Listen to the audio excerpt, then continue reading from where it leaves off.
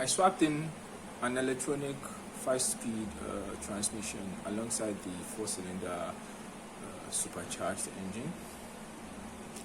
My plan was to use a firmware to sequentially shift the transmission from gears 1 to 5 and back down to 1 normally, without automatic gear changes. So I fixed the transmission, got the Arduino Mega, and I used a firmware that approximates what I wanted to do. VALAS 1.0. So I used a board I had got, which I wanted to use for Speeduino before, as a NO2C, no overhang 2-channel board. So I used it in combination with an Arduino Mega. It has the transmission has 6 solenoids, and the board also had 6 injector or low side switches, the field effect transistors. So I got that around. I got it working, but not so well. When I shift gears, it's always harsh and clunky. The only time you get very smooth engagement is at high loads, or whenever you go close to wide open throttle and you shift the transmission. It shifts in a very good way at those situations, because the line load and the pressures in the transmission were always high. Because I tried bringing them down, but invariably sometimes the gears wouldn't engage if I did that. So I battled with that for a while. I even tried using mkovero, a very old version of a firmware that was designed for the 722.6, but I couldn't make it work with the Arduino Mega, because the developer has since on switched to the teensy 4.0. No, was it 4.0? No, teensy 3. I think I can't remember. 3.5, I think. The one that is 5 volts tolerant. So he switched to teensy 3.5 and duplicated the Atmega 2560 version. So I couldn't get it to work properly. Later I discovered that even the drivers I am using, that's the field effect transistors, weren't really switching the solenoid properly, because the Arduino couldn't provide enough current to the gate. So I dabbled with it for a while. Then later I tried mixing it with the LPC8, because the LPC8 has a firmware for the Toyota electronic transmissions, the 4-speed electronic transmissions. That's the, I think, what's the code for it? I've forgotten. A340E, I think so. Yeah, A340. So I tried doing some things to make use of the excess outputs and making it work. So there was this day I was driving. I already programmed the switches onto the ECU, but unfortunately the ECU has a weird behavior in that sometimes while I do not push the buttons to engage the gear, I think it has something to do with a reset or something like that. I don't know. I never got to find that. So I was in 3rd gear and I was in quite a high RPM. So upon switching, it went to the 2nd gear. I quickly switched back to the 3rd gear, but since that day the gear had, I think something happened to it. So I started looking for alternatives.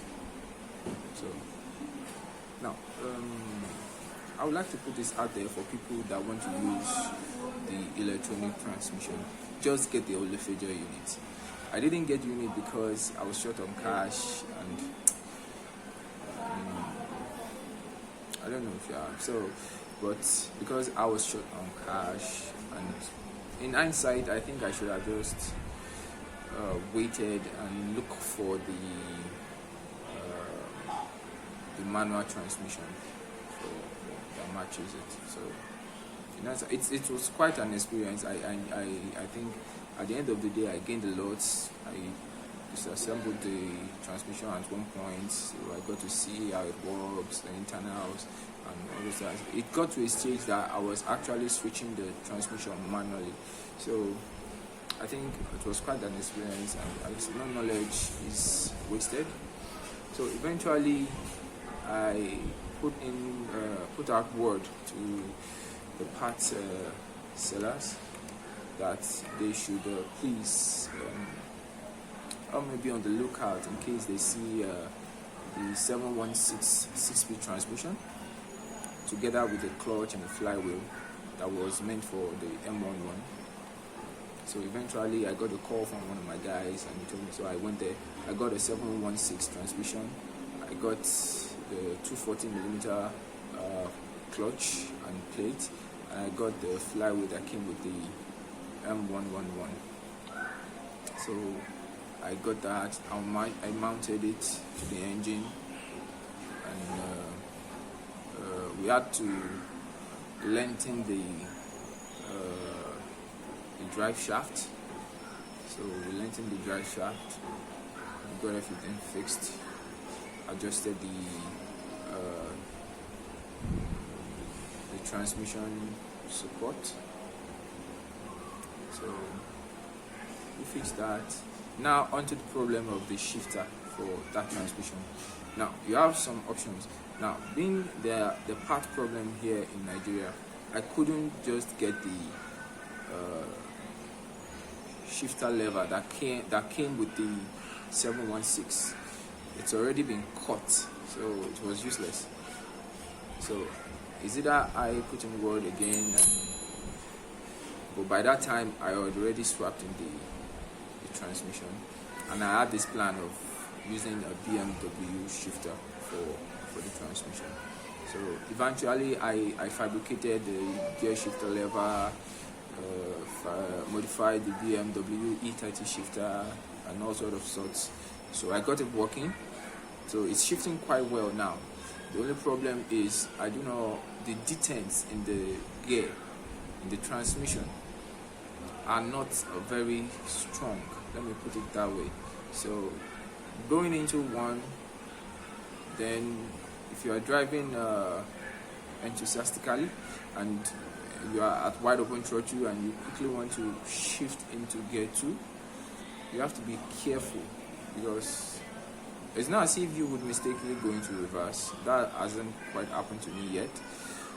But the problem is the line for the gear 2 can be missed in such a way that you try to put it into, it doesn't go into, because it's right between reverse and 2, or sometimes it just goes into 4, and then the stuff goes bugs, and one tiny Corolla just speeds past you.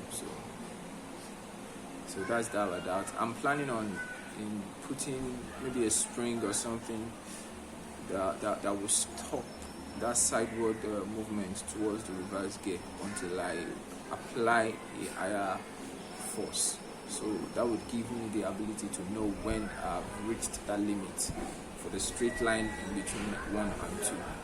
So I'm planning to do that very soon. But so far I got the BMW shifter to work and the 716 in, and it shifts quite okay, as in very good actually, not okay, very good. It shifts fast.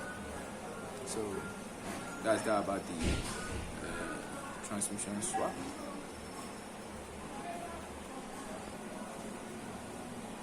Once I got the 6-speed manual transmission in, I could then probably properly tune the engine. Before, when I was using the automatic transmission, it wasn't so intuitive to do.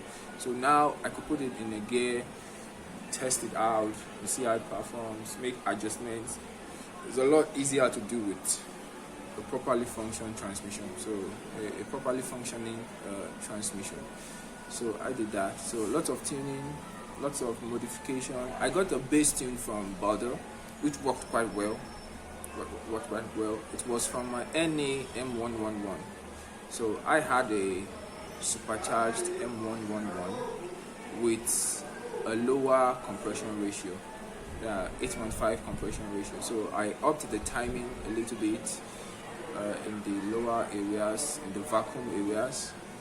So, and there was no tune for the boost areas. So I scrubbed the internet trying to look for clues and all those things like that. So eventually I came across some. There is a Tormant.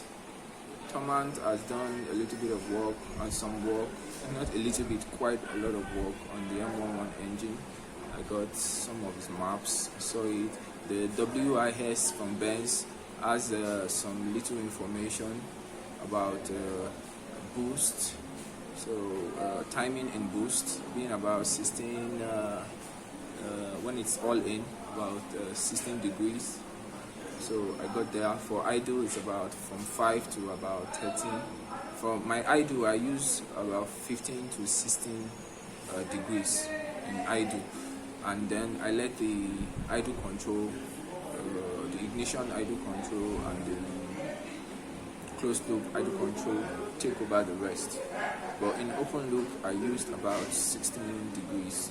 So I also got I spoke with NDR Mini, and he was able to pull the stock timing table from the Mercedes-Benz ECU.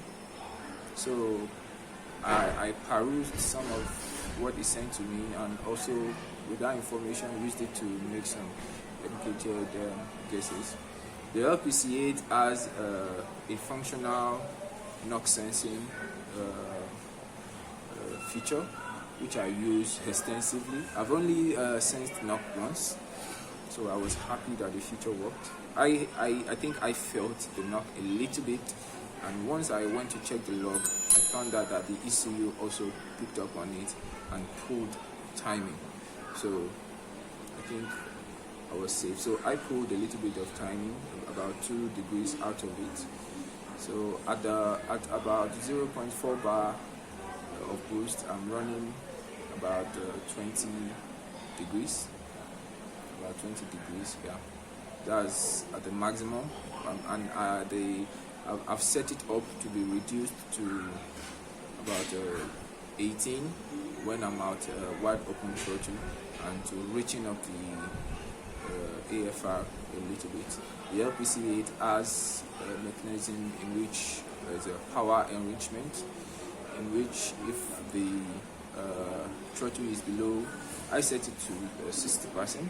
If the throttle is below 60%, it uses a specific lambda table, which is a little bit more lean, which is leaner. And then once I go into wide open throttle, it switches to the performance enrichment lambda, which is richer, and also pulls a little bit of ignition from it. So better to be safe than sorry in that regards.